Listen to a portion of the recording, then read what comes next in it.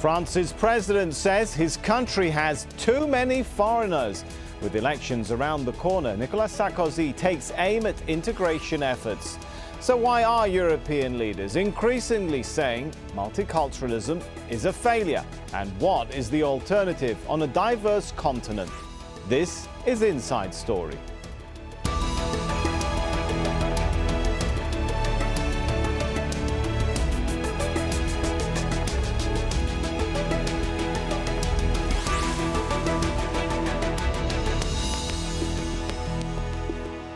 Hello and welcome to the programme. I'm Sami Zaidan. Well, elections are just a month away, and that might explain the French president's rhetoric against foreigners.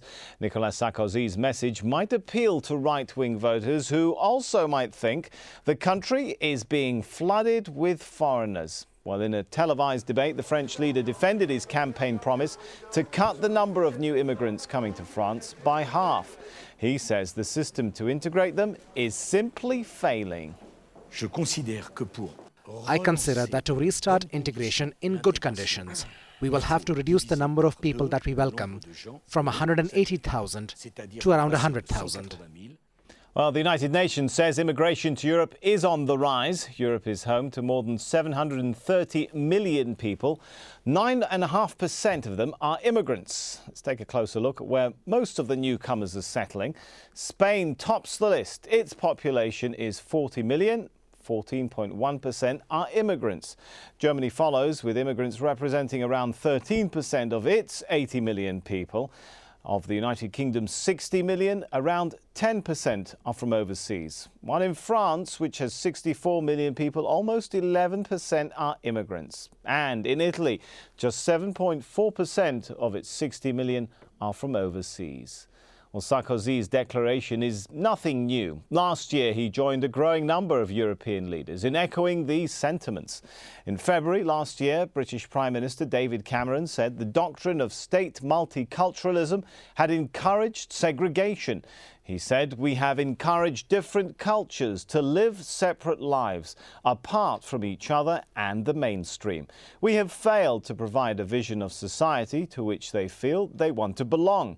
He went on to say, "We have even tolerated these segregated communities behaving in ways that run counter to our values." Well, in October 2010, German Chancellor Angela Merkel announced that multicultural society had failed. Of course, she said, the tendency had been to say, let's adopt the multicultural concept and live happily side by side and be happy to be living with each other. But this concept has failed and failed utterly. So, has multiculturalism failed in Europe? What's the alternative? To help us answer these questions, let's bring in our three guests in Geneva. Jean-Philippe Chauzy, he's the spokesperson for the International Organization for Migration. In Amsterdam, Paul Scheffer, the author of Immigrant Nations. He's also Professor of European Studies at the University of Tilburg.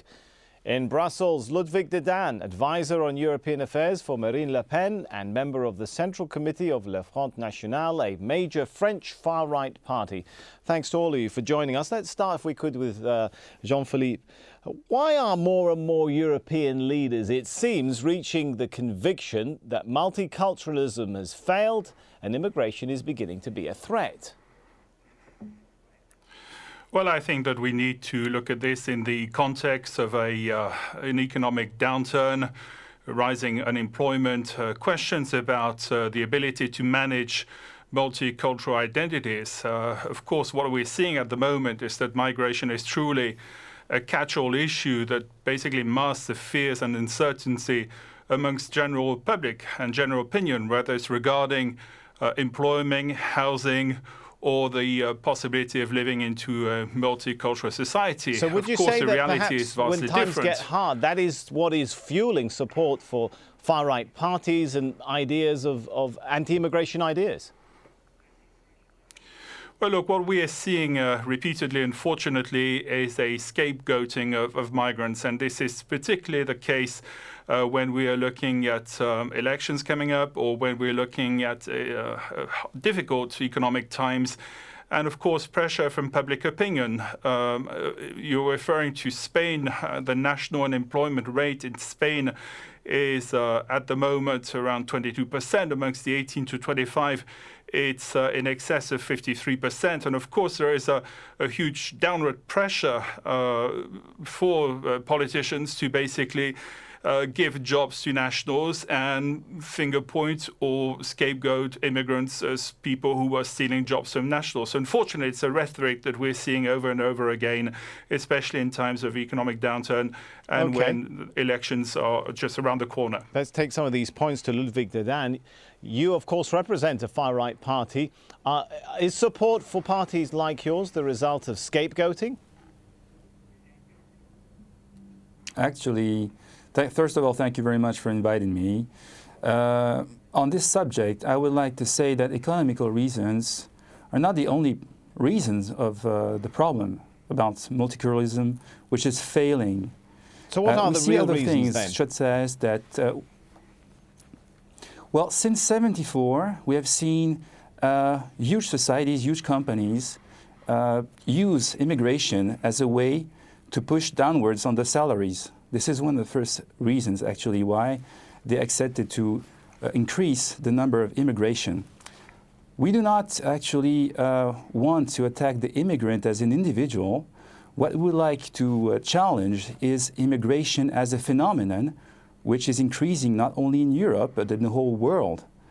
I have seen recently some articles about immigration topics regarding North African countries. Why is that a bad thing, Mr. Presence Ludovic, of Chinese workers. If immigration is increasing, what is it about immigration that you find threatening? Is it do you see it as a threat to jobs and livelihoods?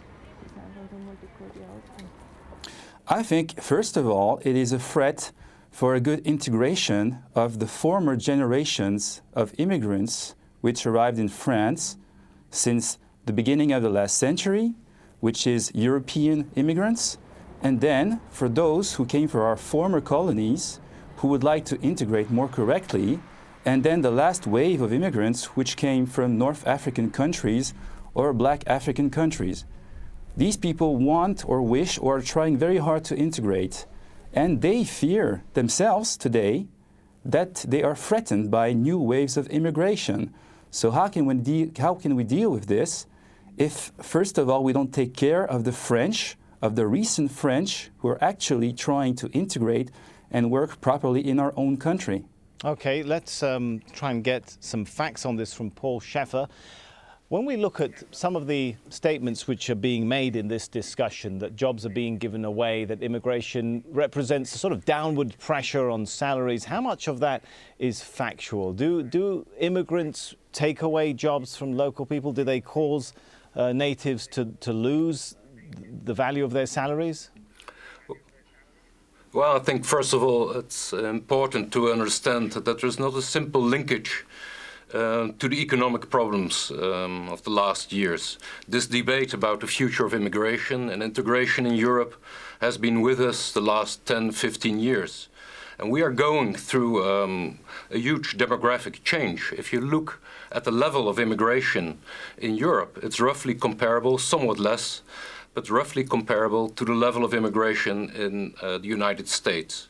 So there are more and more cities in Western Europe, like Marseille or Amsterdam, where I'm now, or Birmingham, or Malmö in Sweden, where now half of the population are immigrant families. So that causes discussions, problems of adaptation. But if you look at the economics of migration, there is a problem, not so much that migrants are taking away jobs, but that our welfare system has not been in line with substantial migration. There are far too many, especially in the first generation of migrants, that are unemployed. If I look at the Netherlands, somewhat less than half of the Moroccan and Turkish population of immigrants are not at work. And that is, of course, quite different from America, where the labor participation of migrants is much higher.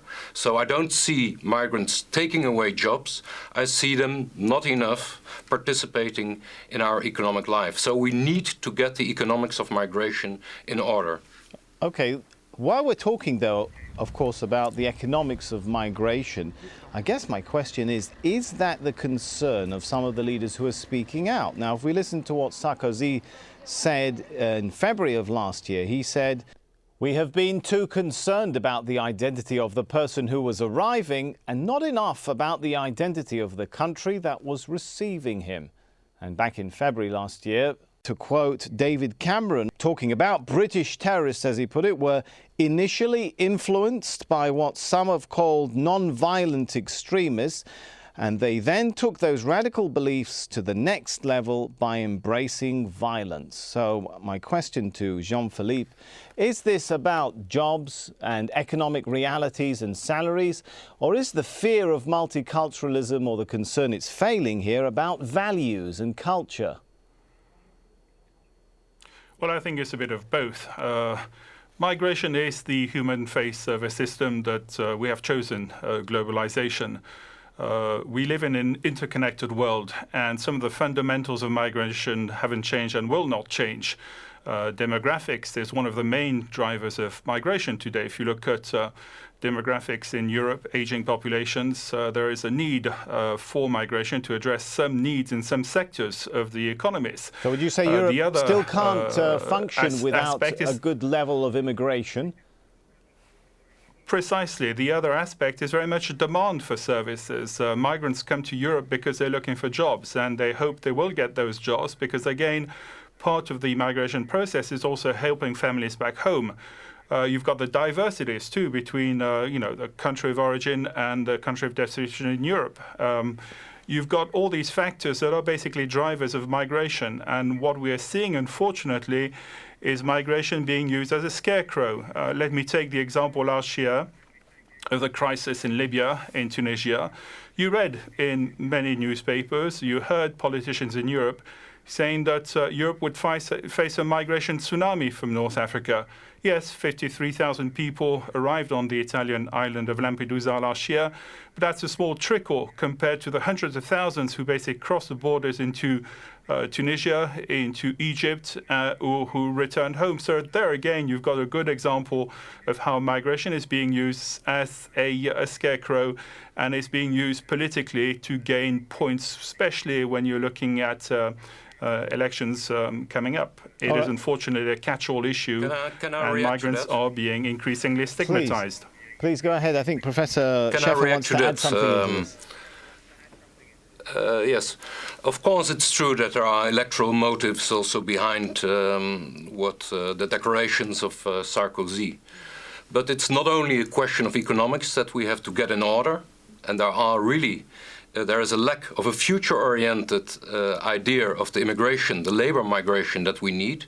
But next to that, there are problems of how to manage societies where you have many different religious traditions, cities where you now have, like in Amsterdam, more than 170 different nationalities. Of course, there are also problems about the culture of how to live together. And what I see in Europe is overall a shift away from multiculturalism that insisted a lot upon the cultural traditions of migrants towards a common understanding of citizenship. To give a very simple example, yes, it is true and it is right that Muslim migrants insist on their right to practice their religion, to worship, to build mosques.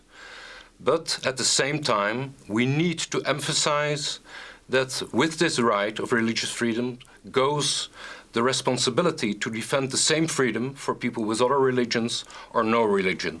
So we need some common norms, like religious freedom, to be able to live together with all these religions. Understood, but this is where it gets really tricky, doesn't it, Professor Scheffer? Who decides what values are acceptable, compatible with the mainstream, and which values are not? Are you calling for some sort of value police? No, I'm talking about defending religious freedom. So religious freedom is a right, so people can claim, to build mosques. There are more than 500 mosques now being constructed in the Netherlands, and more will come. So that is a right, and I will never dispute it. But at the same time, one should insist towards some in the Muslim communities who are claiming the right without accepting the responsibility to define the same right of religious freedom for people with other religions or no religion. So I think we need a shared idea of religious freedom to be able to live with all these different religions peacefully and in a creative way together. I think that is not talking about a value police, that is simply trying to find common ground amidst all the differences we have. Well, of course, there have been lately in France a lot of discussions about things like halal meat slaughter and kosher meat slaughter and whether that's acceptable. Let's take some of those questions to Ludovic de Danne, who is, of course, from France, represents one of the far-right parties. For you, where does the line, where do you draw the line on, I guess, the balance the state needs to play between allowing communities and minorities to live and express their values, but also to adhere to national ones? I see several sides for this problem. First of all, we are advocating for secularism strongly. Secondly, because we want to send a message to immigrants which are actually in France to say you have to make an effort to integrate. We don't want to talk about clash of civilization. We do not believe in these kind of things. But there is a real problem about giving its allegiance to France. We've been talking about the United States earlier. United States is a country of tradition for immigration, which has not always been for France. And in the United States, you have to pledge allegiance to the flag, to the Constitution of the United States, and to all of its amendments and liberties. In France, unfortunately, it is very easy nowadays. Does that include, would you see things like kosher slaughter, halal slaughter, or as the President put it, praying in the streets to be an affront to adherence to the national flag and identity? Halal meat is another subject. First, I just wanted to finish about to pledge allegiance, because it is too easy to get citizenship in France, for example. It is way too easy, and we want to change this as well. We want to that the citizen, as an individual, shows its will to belong to our community, protected by secularism. About halal meat, if we have to talk about this, which concerns as well Muslim, but as well Jewish communities, it is fine with us if they want to practice, if they want to import these foods in the way, but we want that the French citizens in a whole know the origin of the product, which is not always the case. This is a real problem. It is a way of life. We do not want to criticize this way of life. We respect other traditions and cultures. France is a European culture with Christian heritage, but still, we do not disagree with the habits and customs of other people. But the French are should be aware of where the meat comes and how it is killed, how the animals are killed. Jean-Philippe Chauzy, as well, this is where it gets animal welfare. So I guess, Jean-Philippe Chauzy, these are the sort of questions that really get messy, I guess, and that's what it boils down to, perhaps, in everyday life for immigrants and nationals on the streets of European cities, whether you can wear a hijab or a skull cap in public, and what sort of public place, and whether you're allowed to import or allowed to slaughter locally your meat according to your traditions. Well, look, I think one of the main challenges today, whether it's for immigrants or for policymakers in Europe, is to manage this cultural diversity. The reality of today's migration is that people are increasingly becoming transnationals. In other words, they have several identities, and they manage and live very well with those multiple identities. So Europe is changing, and we're just going to have to live with that. Into policies. Yes, absolutely. The nature of migration to Europe is one of increased diversity, and of course these immigrant communities are increasingly visible, and amongst public opinions, or certain sectors of the public opinion, there's some questions about how this cultural diversity can be managed. Okay, Professor Scheffer, these are some of the facts, if I can throw them at you, or some, I should say, figures, which are being bounced around as fact. Tell us if, from the research you're familiar with, if this is correct. If I could read to you some figures which were quoted by Daniel Flynn. Daniel Flynn, let me just remind everyone, the American conservative and author of the book Conservative History of the American Left. He's also written and spoken about the concept of multiculturalism in Europe as a negative development. He says European women stopped having babies. The birth rate is below replacement level in Sarkozy's France, 2.01 children per woman. Cameron's England, 1.95 for England and Wales, and Merkel's Germany, 1.38. Is this fact or fiction? Well, I mean, it's quite obvious, and it was referred to earlier, that the demographics of Europe have been slowing down, and that the average birth rate is below a replacement level. That is not a state secret, I guess. But does you can that find mean, it in all the statistics does that mean of the United immigration, Nations. particularly Muslim immigrants, are about to take over the culture of Europe? I mean, help us to put this into context. What does this mean? No. So we need to emphasize two things. That first of all the projections I've seen, especially from American conservatives, are really wide off the mark, because they take the size of families of the first generation and extrapolate them from one generation to the other. But the reality is that the children of the original immigrants have far fewer children than their parents. So that is one thing. Secondly, if you look at the history of migration, you will always find that new groups that arrive in a society cause friction, problems of adaptation. That was true for the Irish in America, the Catholic Irish in Protestant America. That was true for the Italians, for the Japanese, now for the Mexicans. And you see the same process in Europe. So we need to look at migration in a longer-term perspective and see that a lot of the debate So what is the and the longer-term conflict picture surrounding that emerges immigration for you? in Europe. Will it settle down? I mean, I think on the long run you will see, and I can see it already with earlier groups of migrants, also in Europe, nobody talks about them anymore. So you will see gradually, with the change of generations, you will see forms of accommodation. But what we need is especially to get the economics of migration in order. Okay, let me and to jump do in, what because you've Canada made a and very good Australia point is there, doing. which I suspect may conflict with what Mr. Ludovic believes. The point there being made by Professor Scheffer that we're already seeing accommodation patterns settling in amongst earlier communities that have come to Europe. Why are you so worried? With all due respect to Professor Shepard, there is a problem with immigration in France, in Europe, and not only in Europe, but not only in North America, but as well in other areas of the world. We're focusing on Europe. This is quite strange. But let me come back to what I said earlier. Today, we are having a big challenge with immigration because we are already having problems with recent French citizens who wish to integrate, but who have problems. It is true, we have first waves of Define the problems of integration, would you, North for us, Africa. Mr. Ludovic? What is missing in the integration then? It seems like Professor Scheffer seems to see a pattern of them settling down. What is it that's missing that you see?